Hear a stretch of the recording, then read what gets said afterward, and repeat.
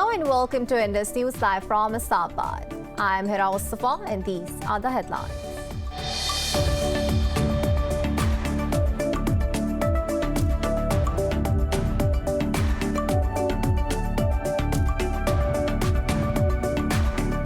The United Nations Security Council has urged the international community to bring the perpetrators of the Kabul airport attack to justice.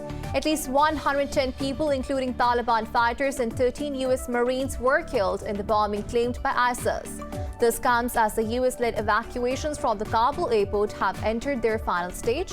According to the Pentagon, 5,400 people are currently inside the airport awaiting departure.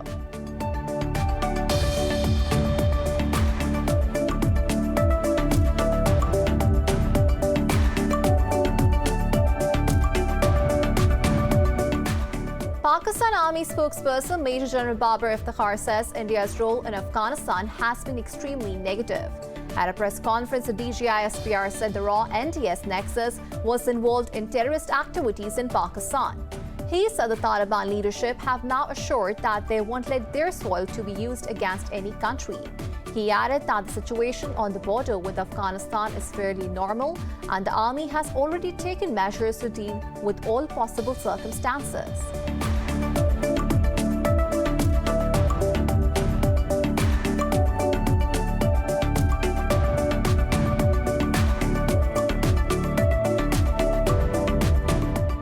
In Pakistan, at least 17 laborers have died after a fire broke out at a chemical factory in Karachi's Mehran town. Officials say the blaze is now under control, but the cause is yet to be ascertained.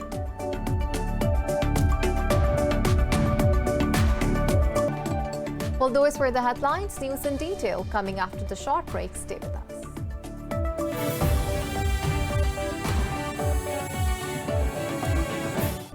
Welcome back. Now the news in detail. The United Nations Security Council has urged the international community to bring the perpetrators of the Kabul airport attack to justice. At least 110 people, including Taliban fighters and 13 U.S. Marines, were killed in the bombing claimed by ISIS. This comes as the U.S.-led evacuations from the airport have entered their final stage. More in this report. The attack at Hamid Karzai Airport yesterday worsened the panic in Kabul. The death toll from twin blasts has reached 110, including 28 Taliban and 13 U.S. troops. Claiming the responsibility, IS said one of its suicide bombers targeted translators and collaborators with the American army.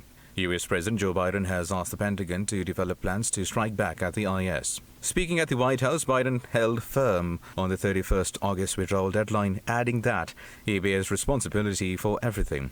Evacuations have resumed now with new urgency, and the UK says it has entered the last stages of its operations.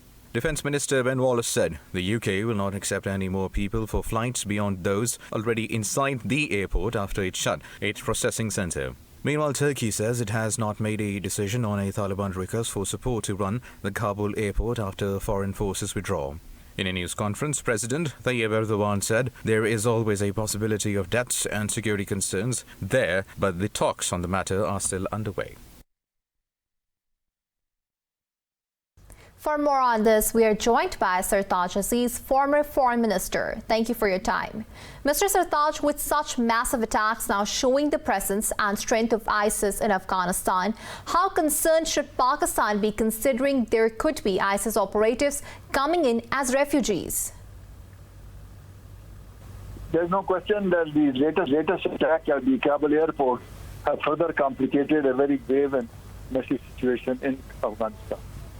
And obviously, the ISIS Khorasan is a matter of concern for Pakistan because many of the TTP disgruntled elements in Afghanistan joined ISK Khorasan, and therefore that door is still open and Pakistan should be worried about it.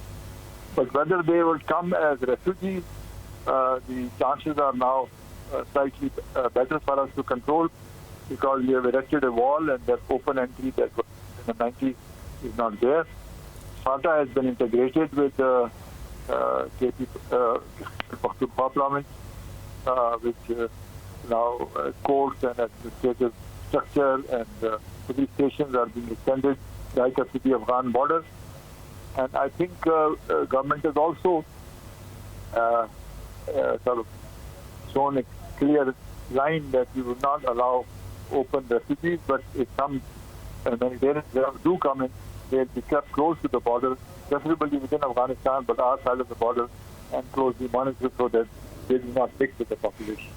So Right. these are some of the safeguards. But the fact that IS is active in Afghanistan is a matter, and Pakistan will have to very carefully monitor the border and the situation. Right, Mr. Sartaaj, Taliban have held a strong position over an Islamic system in Afghanistan, and that too an emirate. With that already taken care of, what could be the possible motive behind these attacks, and who benefits the most from these disruptions? Well, I think the Taliban and IS and Islam and spreading Islam throughout the world are very different. Taliban want to establish their own government within Afghanistan.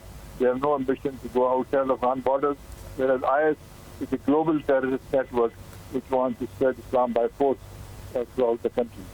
So I think to that extent, one can see why this is happening. But the more important question is who benefits most from this disruption. Now, obviously, there are very many others who are not happy at the Taliban takeover. Many of the previous government operatives and forces. So who knows who was behind these attacks also. IS is always very anxious to take credit for whatever happened. But in due course we'll find out who is behind. But I think this is a very sad situation because Afghanistan has suffered a lot. It needs a stable government. Taliban have given the right signals to have an inclusive government and amnesty to everyone. So these disruptions are very unfortunate. Right. Mr. Sartaaj, NATO has categorically stated that this incident would lead to an extension of the withdrawal deadline. President Joe Biden pledged to avenge the death of 13 American soldiers last night. Could this lead to an increase in Washington's pressure on Pakistan to partner or facilitate its over-the-horizon military OPS?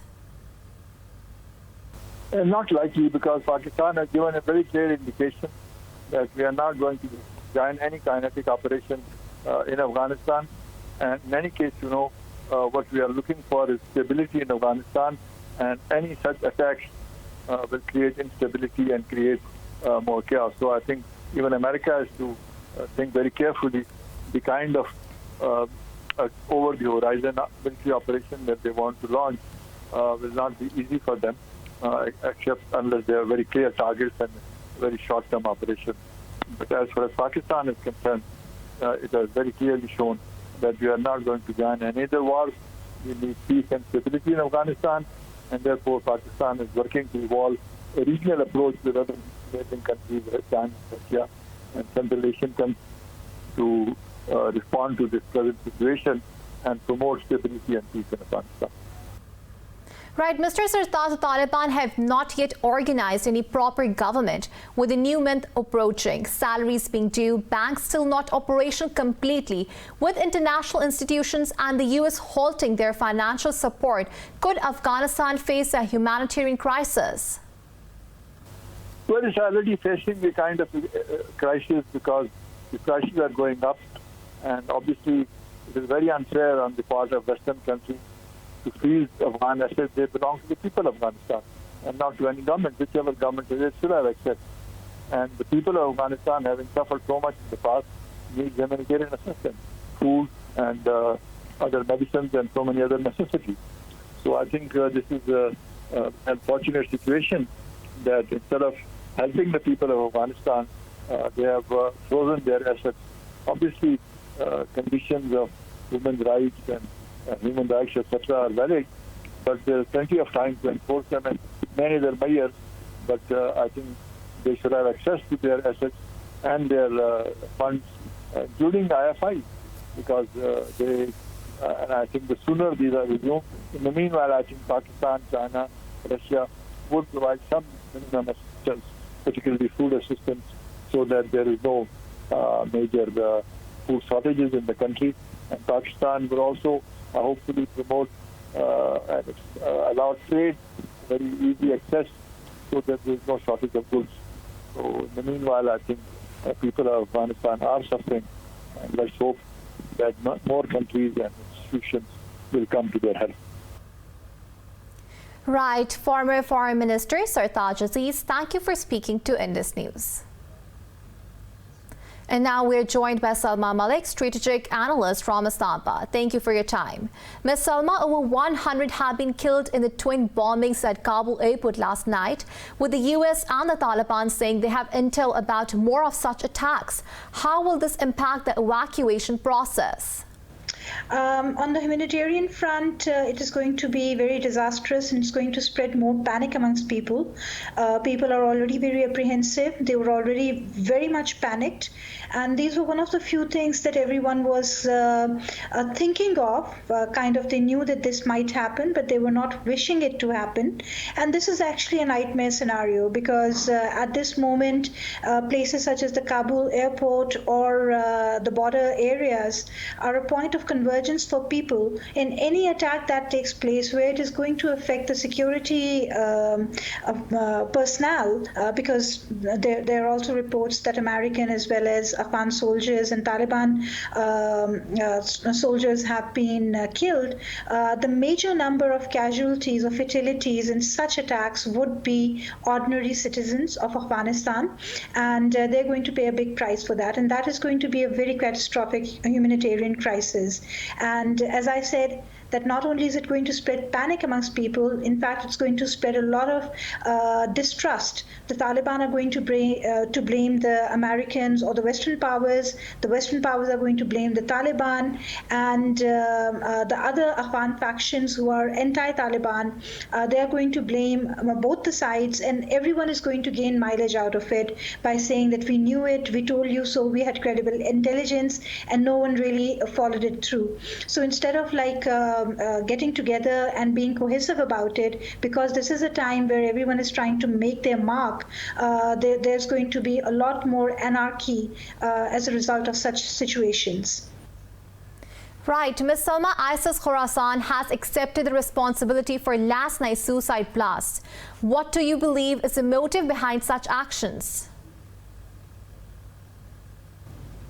Well, one, of course, major motive for such organizations is, and especially for ISIS Khorasan, the issue is that this is kind of a calling card, that we are very much here, so don't ignore us. And one aspect that ISIS Khorasan had when the Doha agreement was signed between the Taliban and the American administration was that the Taliban are going to rein in the ISIS Khorasan, and they're going to be the firewall against the ISS against the Western powers. And the situation in Afghanistan is so fluid at the moment that you can't really make very credible, intelligent guesses. But the very fact is that this gives more credibility to the American, who would say that we told you so, they are not good enough, and they're going to create a lot of chaos and tensions in the area.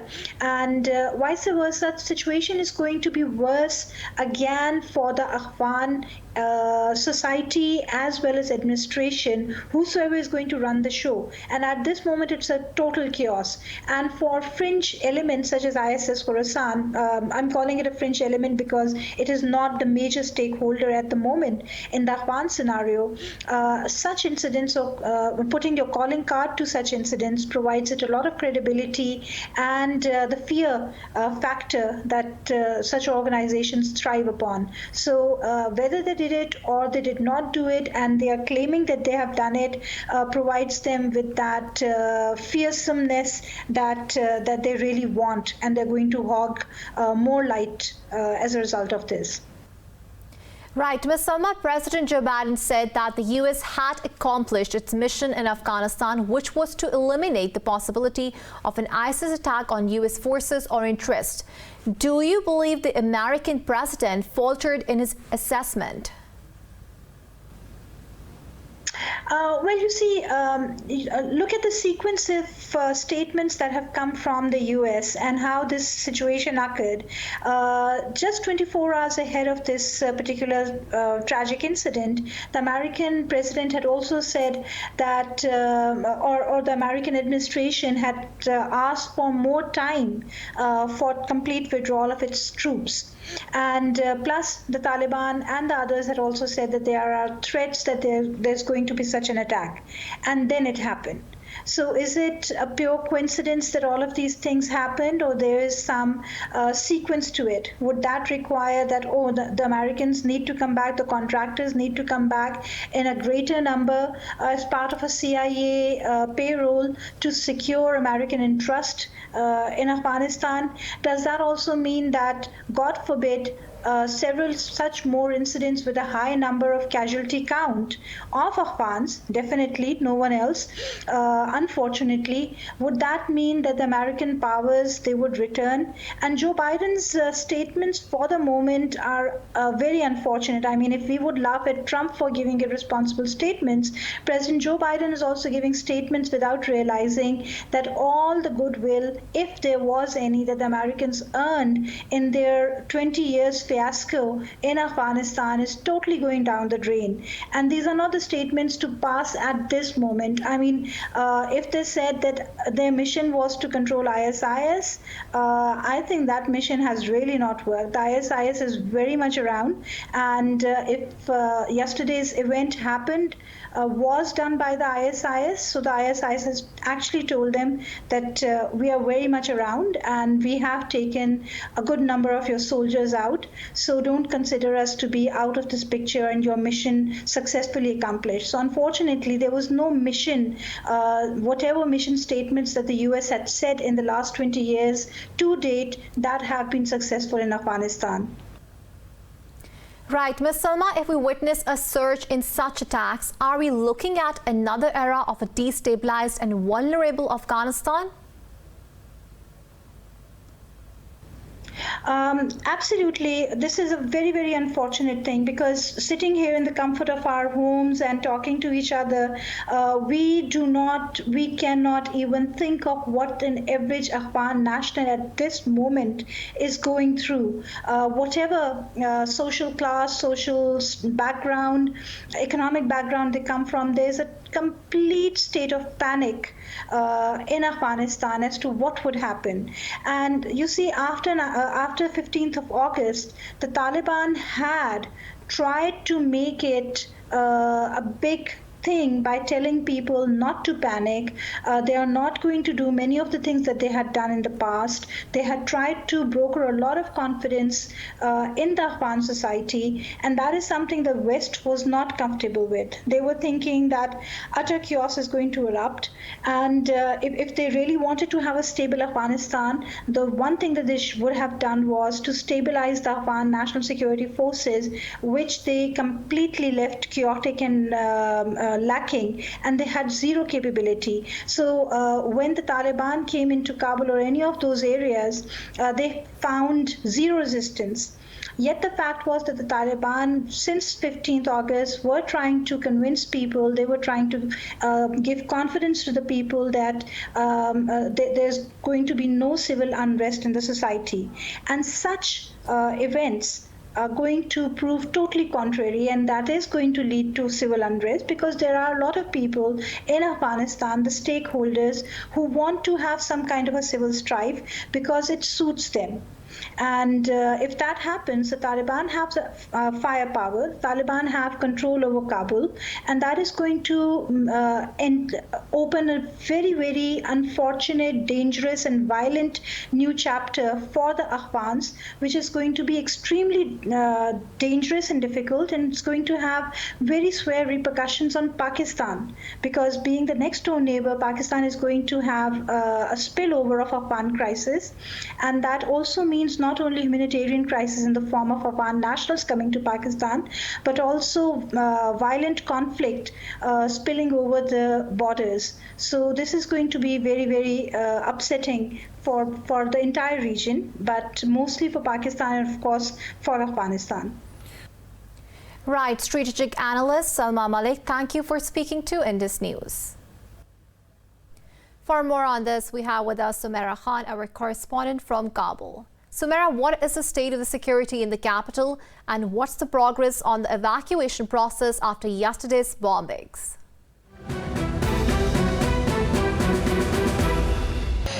Right now, I'm standing in front of the biggest emergency health response center of Kabul, and it is right here. It is the emergency surgical center for war victims, and let me tell you, from yesterday bombings, majority of the casualties, majority of the injured people, they were brought here for medical treatment, and right now they are being treated inside the compound. We deliberately did not go inside because right now the situation is the situation is quite fragile for the presence of any media personnel inside. So just to be staying at a safer side, we are reporting this from outside the hospital gate. As far as the security of the city is concerned, yes, as the death toll rises to 103 civilians, and death toll of US Marines is still at 13 because DOD and Pentagon are determining the final figure from the yesterday's deadly twin blast, and unless the final findings they are revealed in front of the to the masses, and the information and investigations results are shared with the Taliban as well, the security within the city, it seems tranquil to some extent, because yes, the city is mourning because it was another deadliest day for the Kabulites, but the people of Afghanistan are resilient. The resilience of the Afghan people cannot be it's unmatchable. It's totally undeterred. So I can see many people right here in front of me. They are visiting restaurants. They are visiting their shops. Shops are open.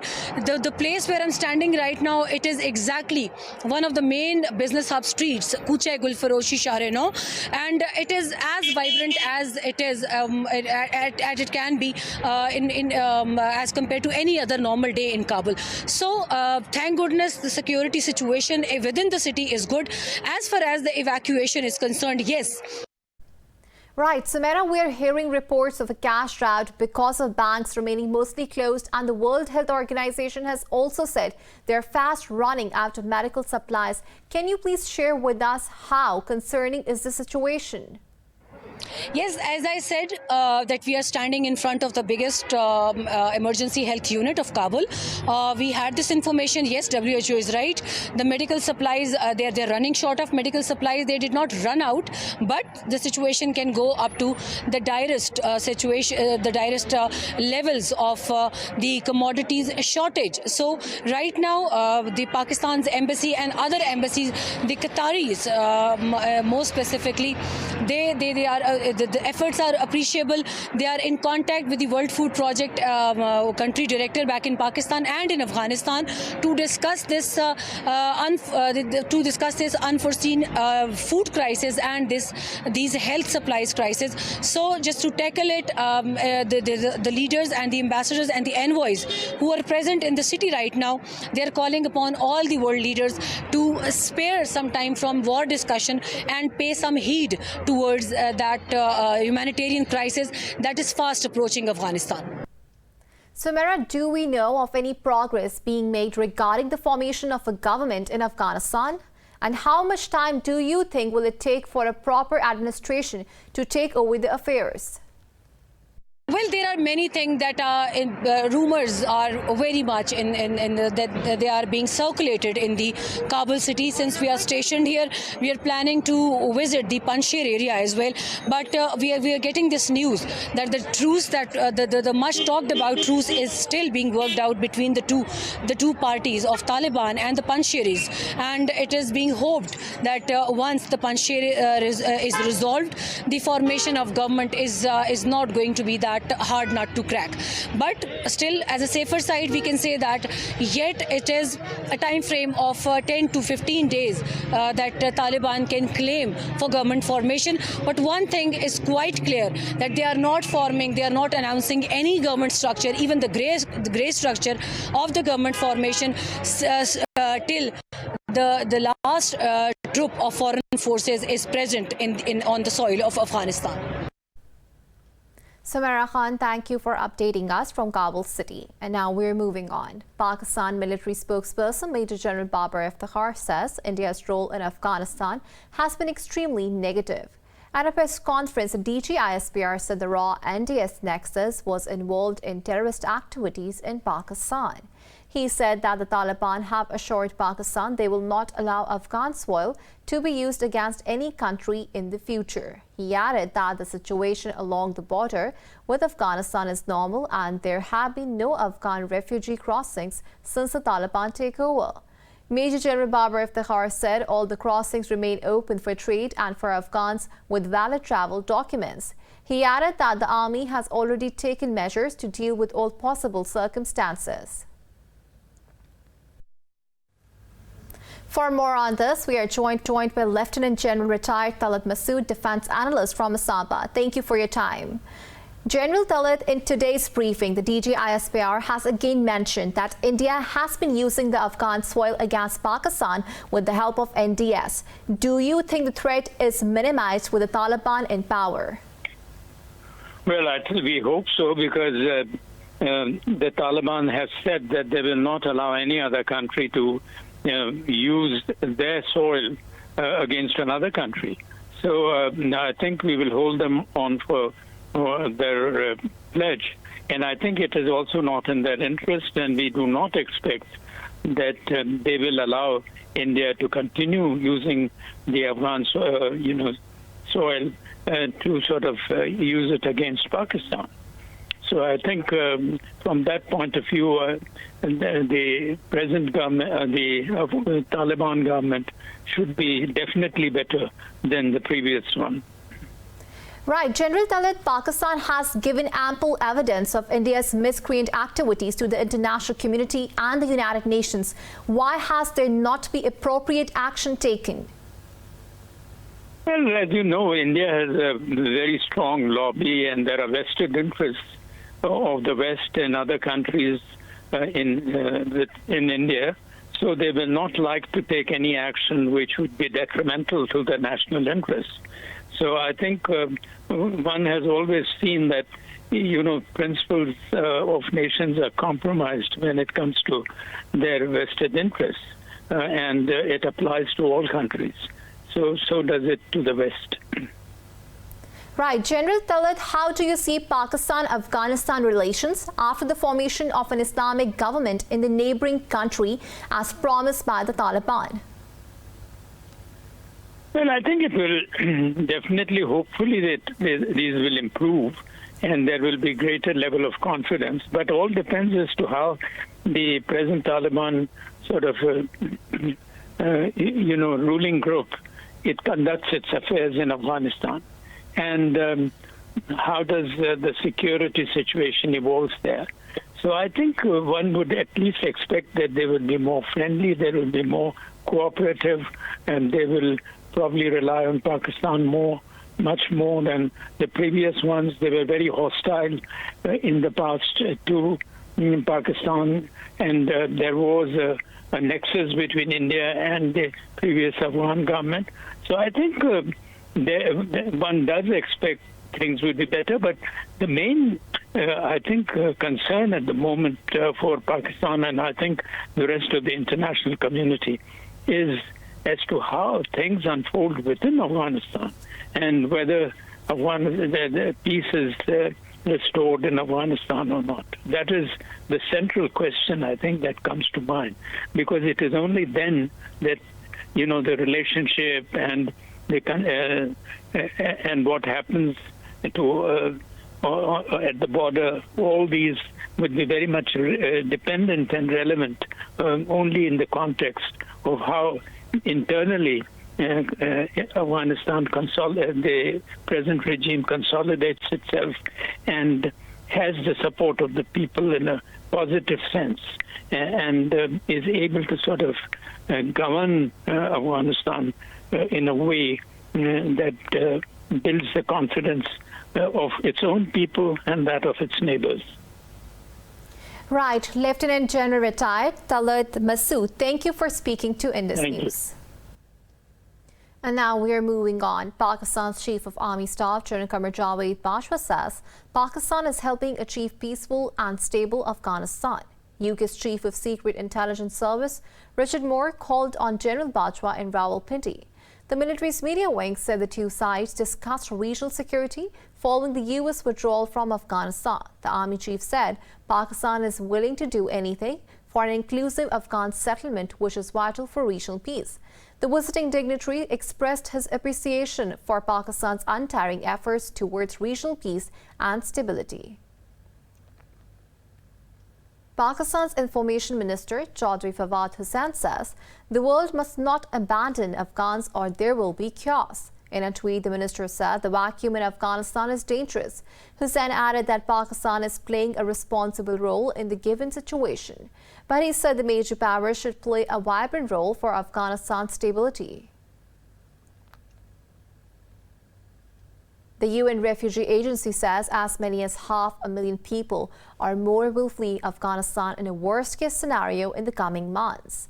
It said the number will add to 2.2 million Afghans who already are registered refugees abroad, nearly all of them in Pakistan and Iran. The UNHCR warned that the situation in Afghanistan remains uncertain and may evolve rapidly following the Taliban's takeover. The UN agency is seeking nearly $300 million for its response plan.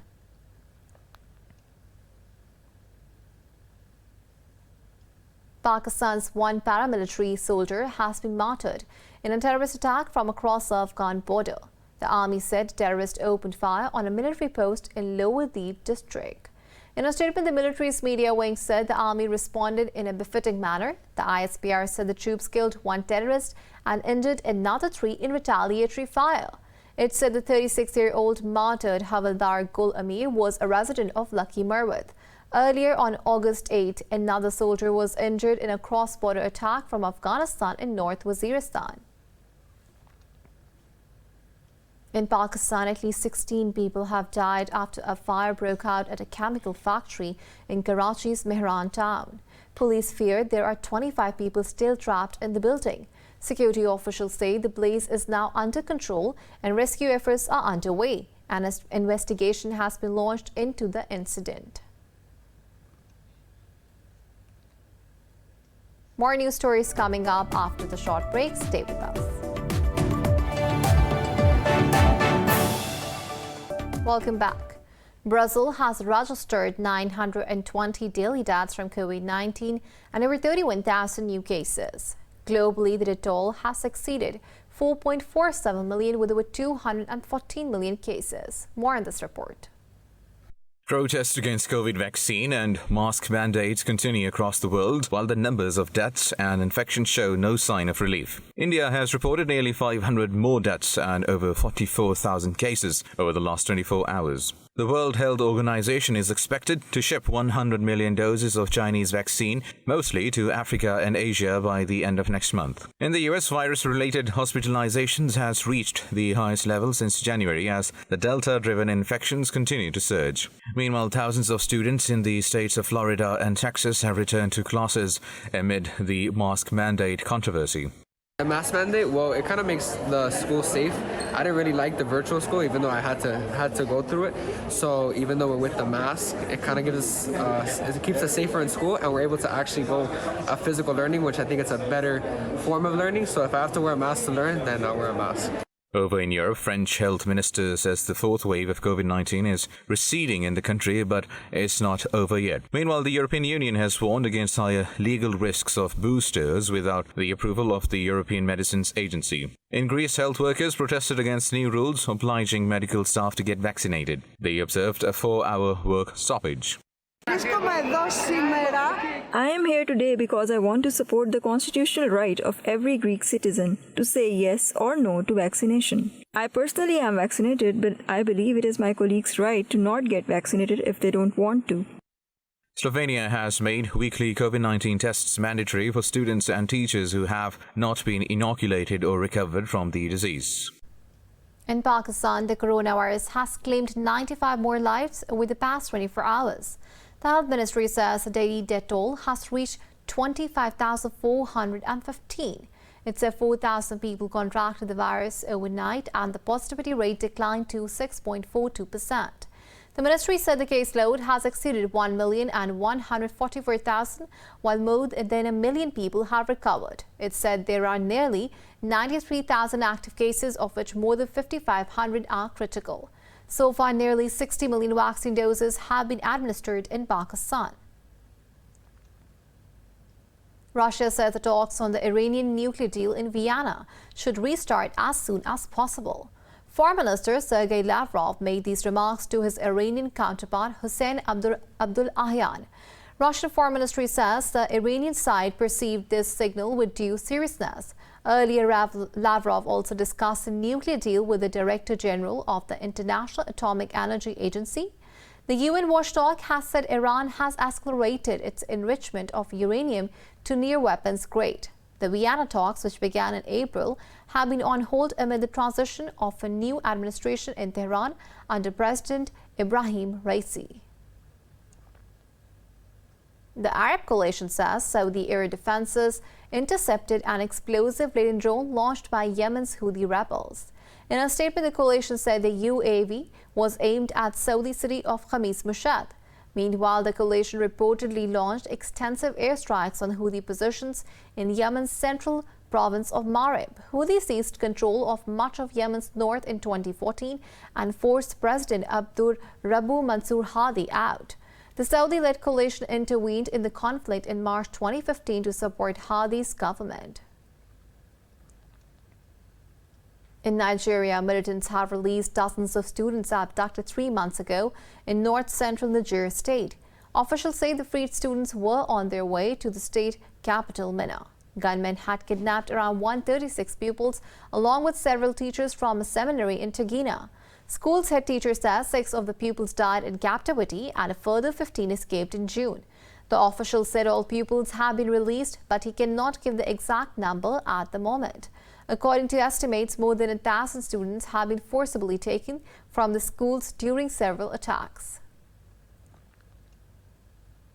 In Peru, political tensions have erupted amid a vote of confidence on the new cabinet of President Pedro Castillo.